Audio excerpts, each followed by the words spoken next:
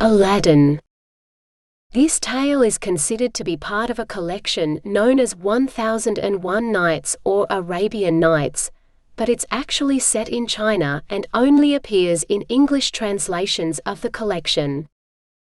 This particular version comes from Andrew Lang's translation in the Blue Fairy Book, published in 1889. There once lived a poor tailor, who had a son called Aladdin, a careless, idle boy who would do nothing but play ball all day long in the streets with little idle boys like himself. This so grieved the father that he died, yet, in spite of his mother's tears and prayers, Aladdin did not mend his ways. One day, when he was playing in the streets as usual, a stranger asked him his age, and if he was not the son of Mustafa the tailor. "I am, sir," replied Aladdin, "but he died a long while ago." On this the stranger, who was a famous African magician, fell on his neck and kissed him, saying, "I am your uncle and knew you from your likeness to my brother. Go to your mother and tell her I am coming." Aladdin ran home and told his mother of his newly found uncle. "Indeed, child," she said, "your father had a brother, but I always thought he was dead." However, she prepared supper, and bade Aladdin seek his uncle, who came laden with wine and fruit. He presently fell down and kissed the place where Mustafa used to sit, bidding Aladdin's mother not to be surprised at not having seen him before, as he had been 40 years out of the country. He then turned to Aladdin and asked him his trade, at which the boy hung his head, while his mother burst into tears. On learning that Aladdin was idle and would learn no trade, he offered to take a shop for him and stock it with merchandise.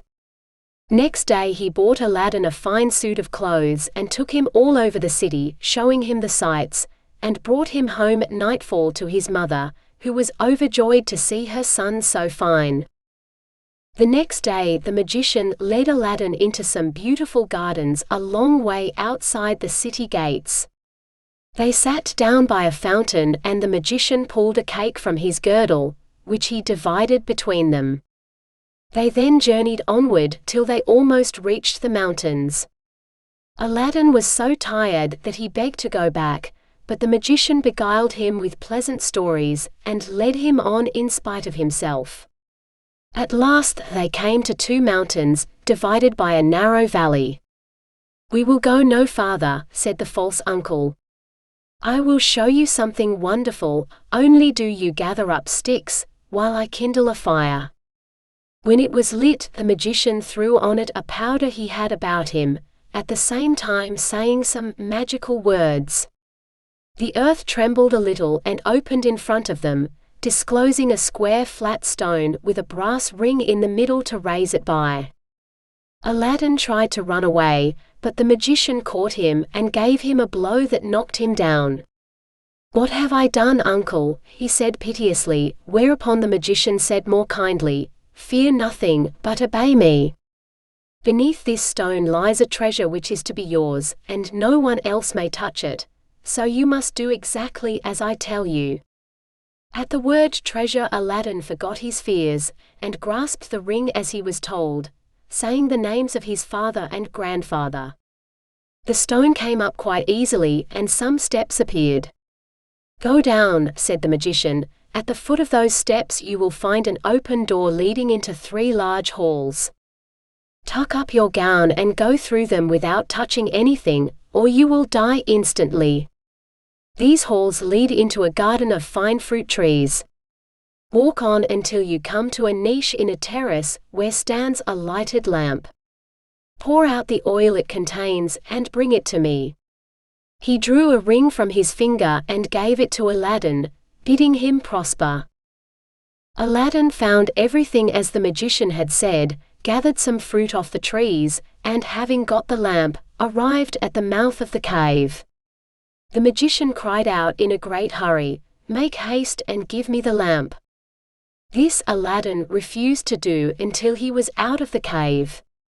The magician flew into a terrible passion, and throwing some more powder onto the fire, he said something, and the stone rolled back into its place.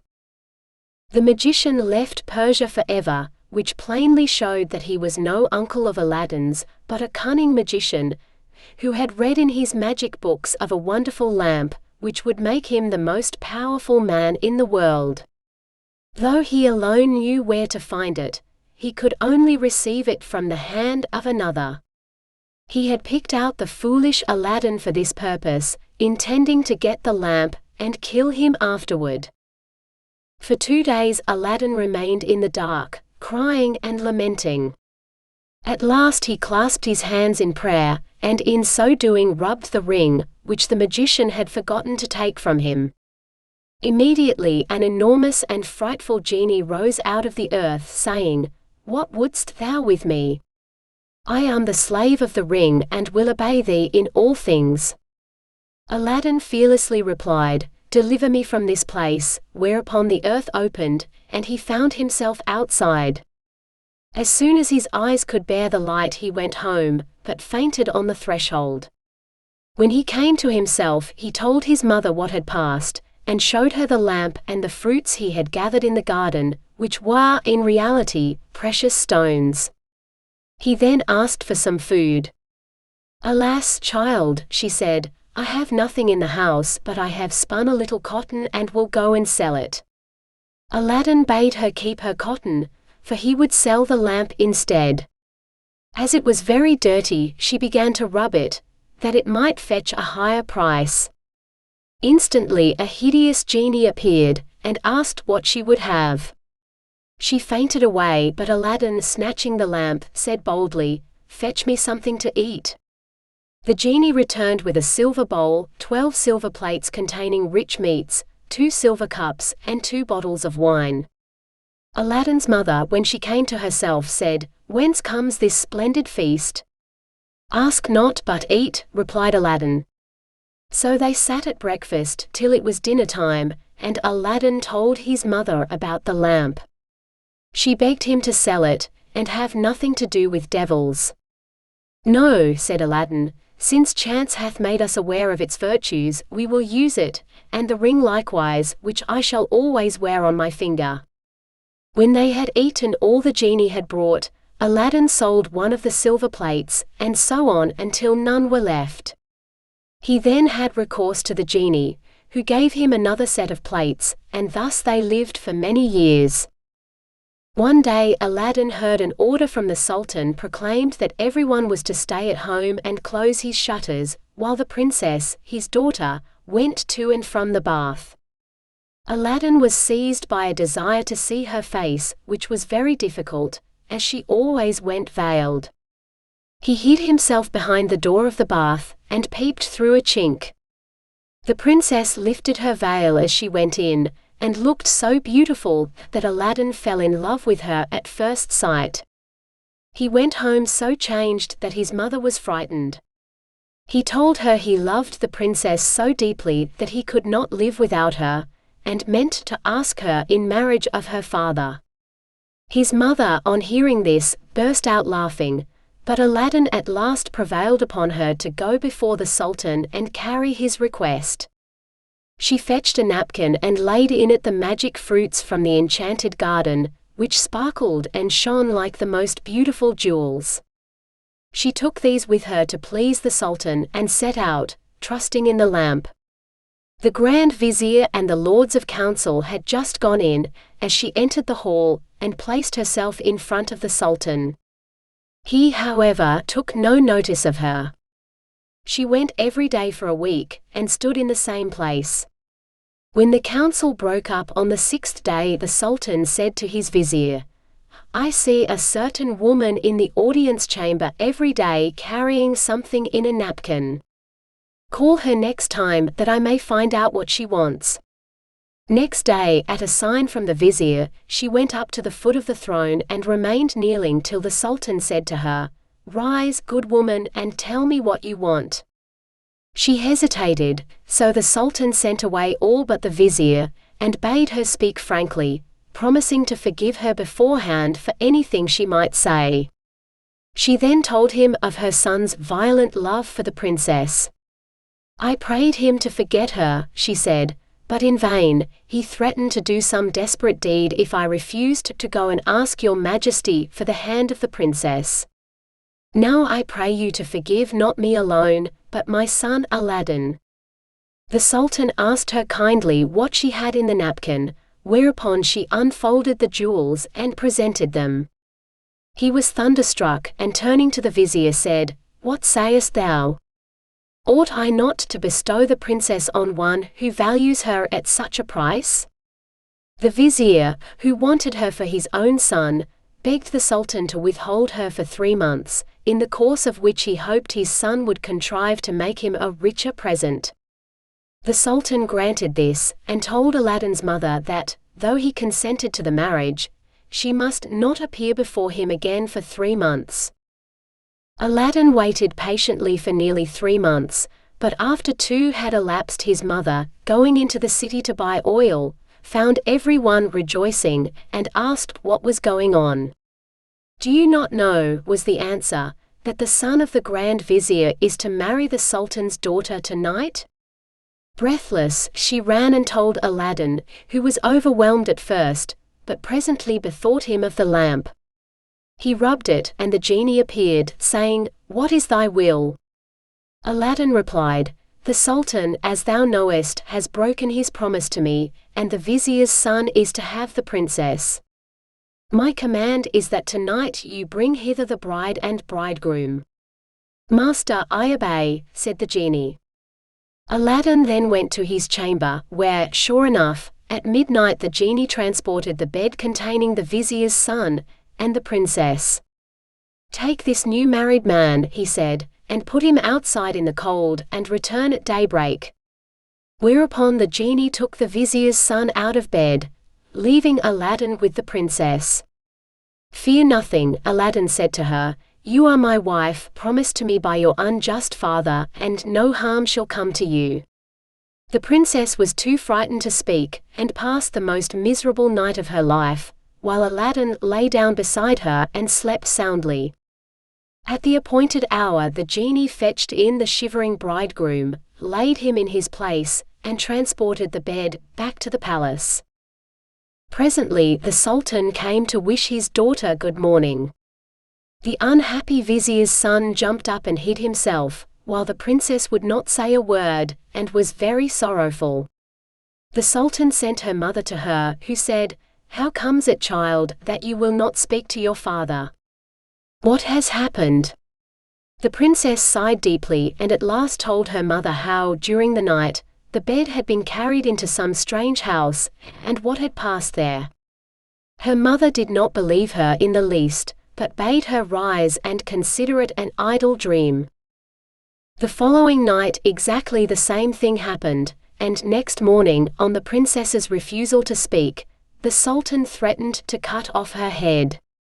She then confessed all, bidding him to ask the vizier's son if it were not so. The Sultan told the vizier to ask his son, who owned the truth, adding that, dearly as he loved the princess, he had rather die than go through another such fearful night, and wished to be separated from her. His wish was granted, and there was an end to feasting and rejoicing. When the 3 months were over, Aladdin sent his mother to remind the Sultan of his promise. She stood in the same place as before, and the Sultan, who had forgotten Aladdin, at once remembered him, and sent for her. On seeing her poverty, the Sultan felt less inclined than ever to keep his word, and asked his vizier's advice, who counseled him to set so high a value on the princess that no man living could come up to it. The Sultan then turned to Aladdin's mother, saying, "Good woman, a sultan must remember his promises, and I will remember mine, but your son must first send me 40 basins of gold brimful of jewels, carried by 40 black slaves, led by as many white ones, splendidly dressed. Tell him that I await his answer." The mother of Aladdin bowed low and went home, thinking all was lost. She gave Aladdin the message, adding, "He may wait long enough for your answer." "Not so long, mother, as you think," her son replied. "I would do a great deal more than that for the princess." He summoned the genie, and in a few moments the 80 slaves arrived, and filled up the small house and garden. Aladdin made them set out to the palace, 2 and 2, followed by his mother. They were so richly dressed, with such splendid jewels in their girdles, that everyone crowded to see them, and the basins of gold they carried on their heads. They entered the palace, and after kneeling before the Sultan, stood in a half-circle round the throne with their arms crossed, while Aladdin's mother presented them to the Sultan. He hesitated no longer but said, "Good woman, return and tell your son that I wait for him with open arms." She lost no time in telling Aladdin, bidding him make haste. But Aladdin first called the genie. "I want a scented bath," he said, "a richly embroidered habit, a horse surpassing the Sultan's, and 20 slaves to attend me. Besides this, 6 slaves, beautifully dressed, to wait on my mother, and lastly, 10,000 pieces of gold in 10 purses." No sooner said than done. Aladdin mounted his horse and passed through the streets, the slaves strewing gold as they went. Those who had played with him in his childhood knew him not, he had grown so handsome.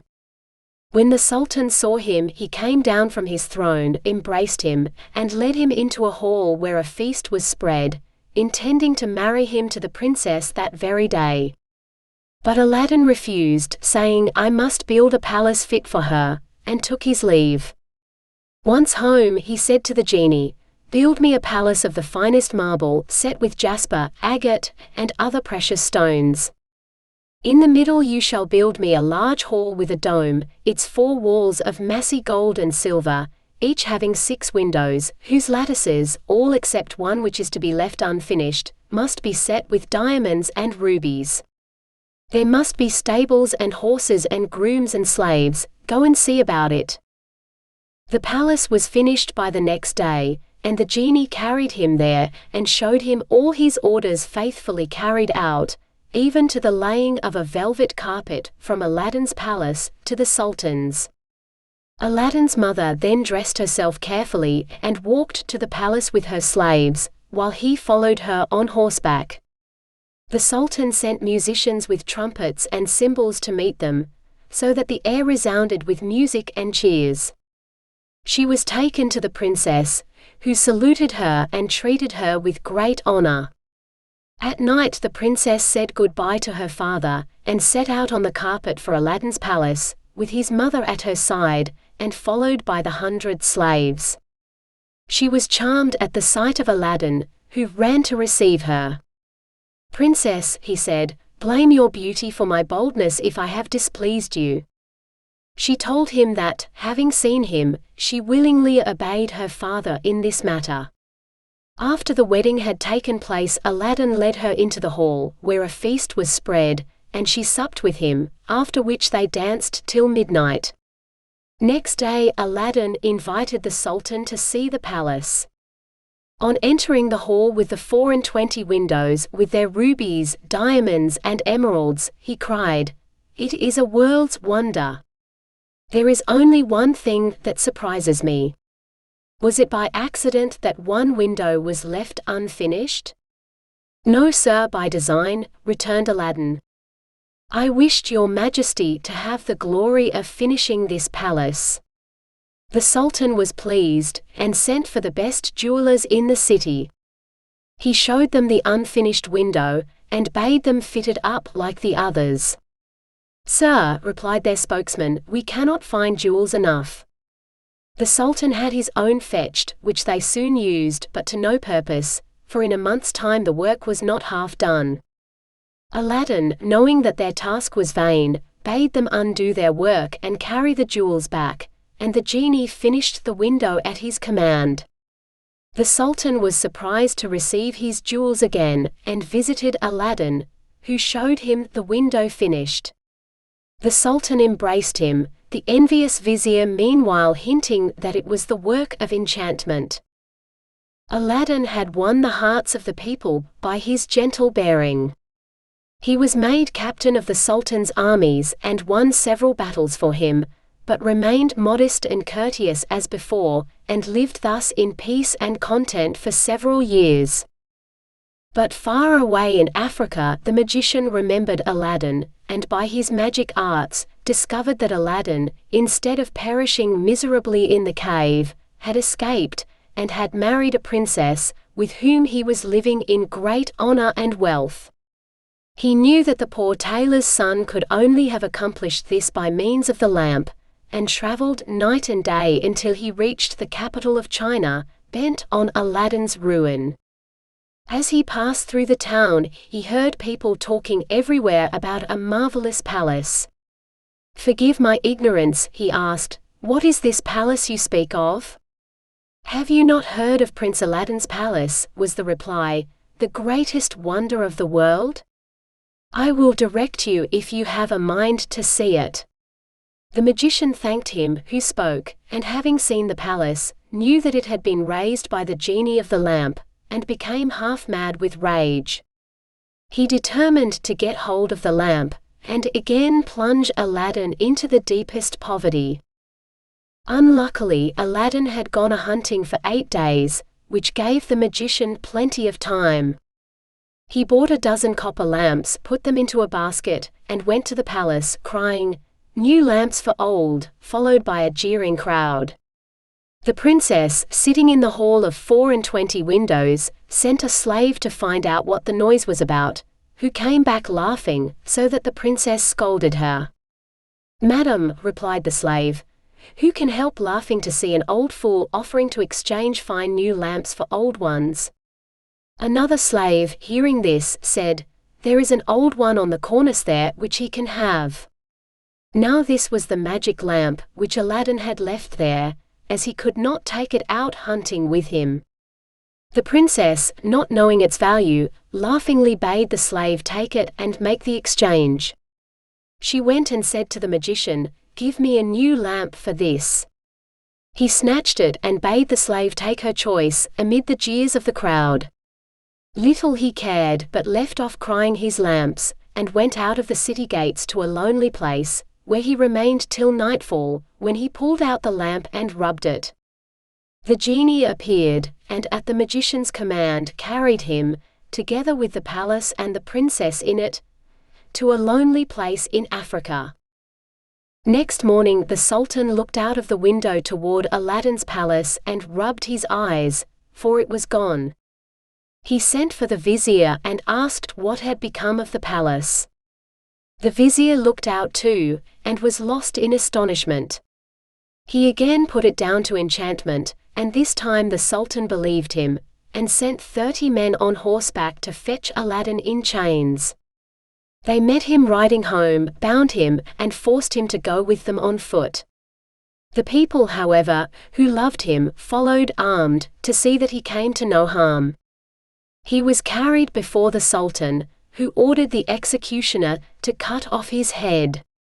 The executioner made Aladdin kneel down, bandaged his eyes, and raised his scimitar to strike. At that instant the vizier, who saw that the crowd had forced their way into the courtyard and were scaling the walls to rescue Aladdin, called to the executioner to stay his hand. The people indeed looked so threatening that the Sultan gave way and ordered Aladdin to be unbound, and pardoned him in the sight of the crowd.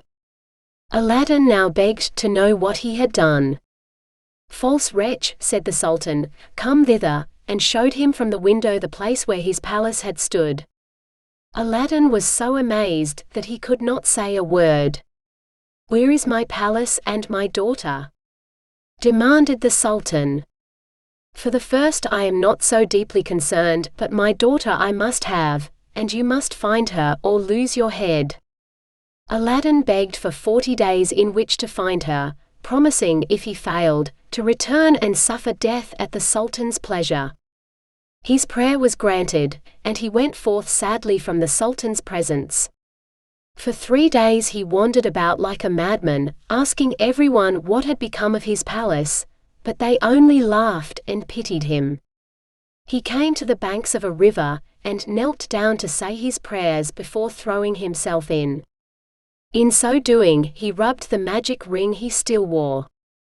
The genie he had seen in the cave appeared, and asked his will. "Save my life, genie," said Aladdin, "bring my palace back."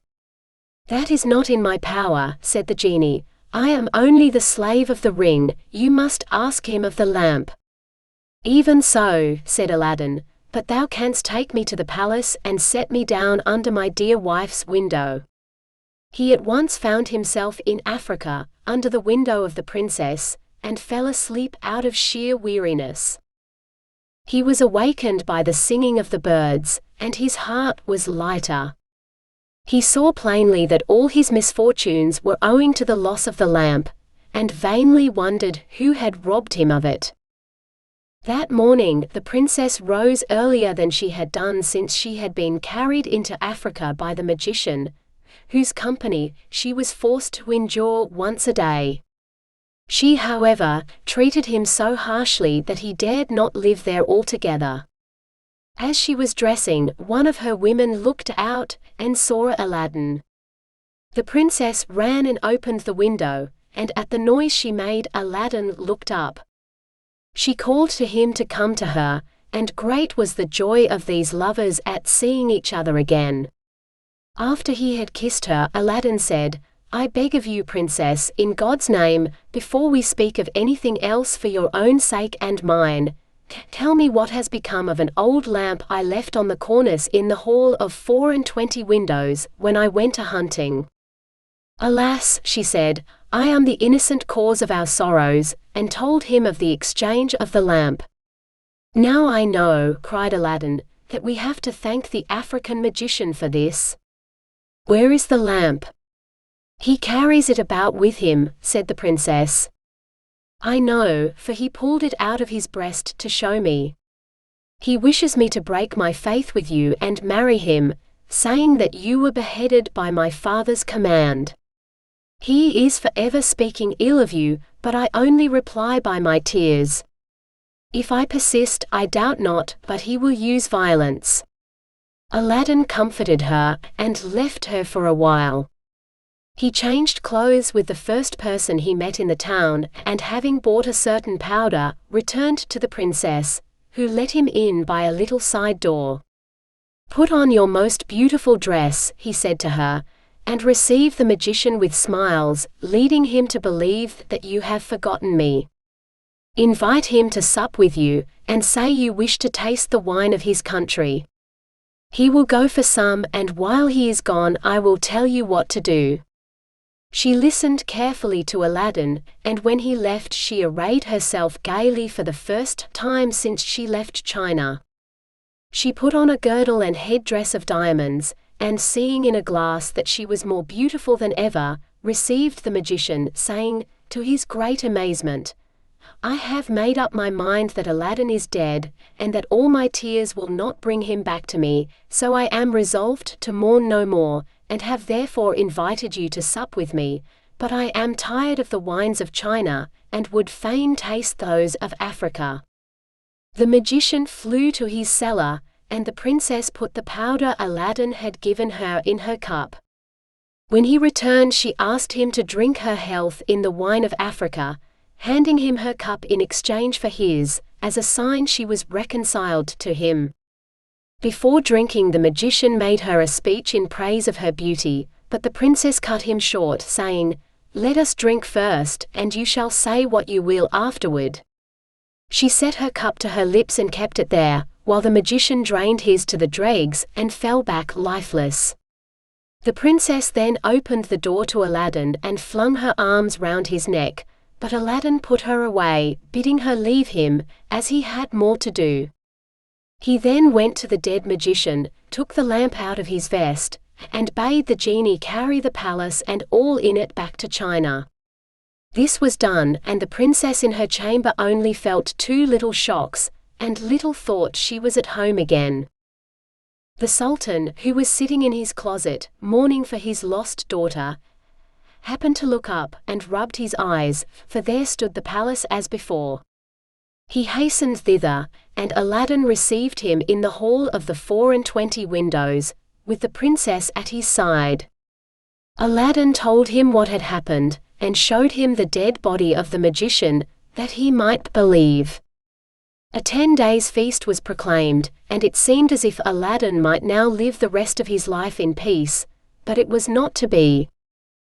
The African magician had a younger brother, who was, if possible, more wicked and more cunning than himself. He traveled to China to avenge his brother's death, and went to visit a pious woman called Fatima, thinking she might be of use to him. He entered her cell and clapped a dagger to her breast, telling her to rise and do his bidding on pain of death. He changed clothes with her, colored his face like hers, put on her veil, and murdered her, that she might tell no tales. Then he went toward the palace of Aladdin, and all the people, thinking he was the holy woman, gathered round him, kissing his hands and begging his blessing.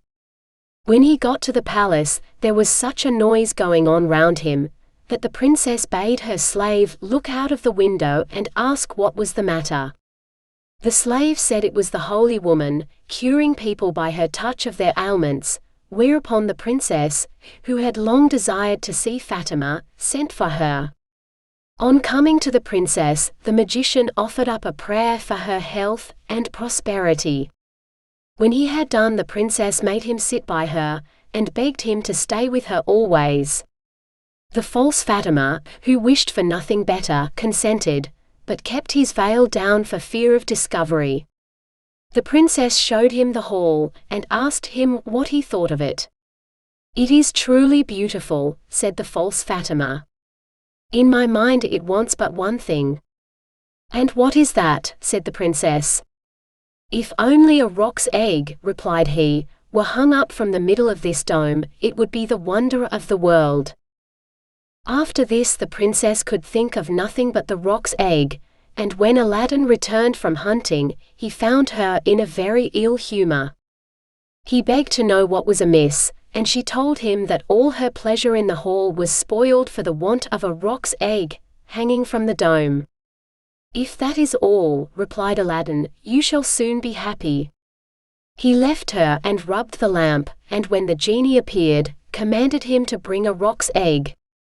The genie gave such a loud and terrible shriek that the hall shook. "Wretch," he cried, "is it not enough that I have done everything for you, but you must command me to bring my master and hang him up in the midst of this dome? You and your wife and your palace deserve to be burnt to ashes, but that this request does not come from you, but from the brother of the African magician, whom you destroyed. He is now in your palace disguised as the holy woman, whom he murdered. He it was who put that wish into your wife's head. Take care of yourself, for he means to kill you." So saying, the genie disappeared. Aladdin went back to the princess, saying his head ached, and requesting that the holy Fatima should be fetched to lay her hands on it. But when the magician came near, Aladdin, seizing his dagger, pierced him to the heart. "What have you done?" cried the princess. "You have killed the holy woman." "Not so," replied Aladdin, "but a wicked magician," and told her of how she had been deceived. After this, Aladdin and his wife lived in peace. He succeeded the Sultan when he died, and reigned for many years, leaving behind him a long line of kings.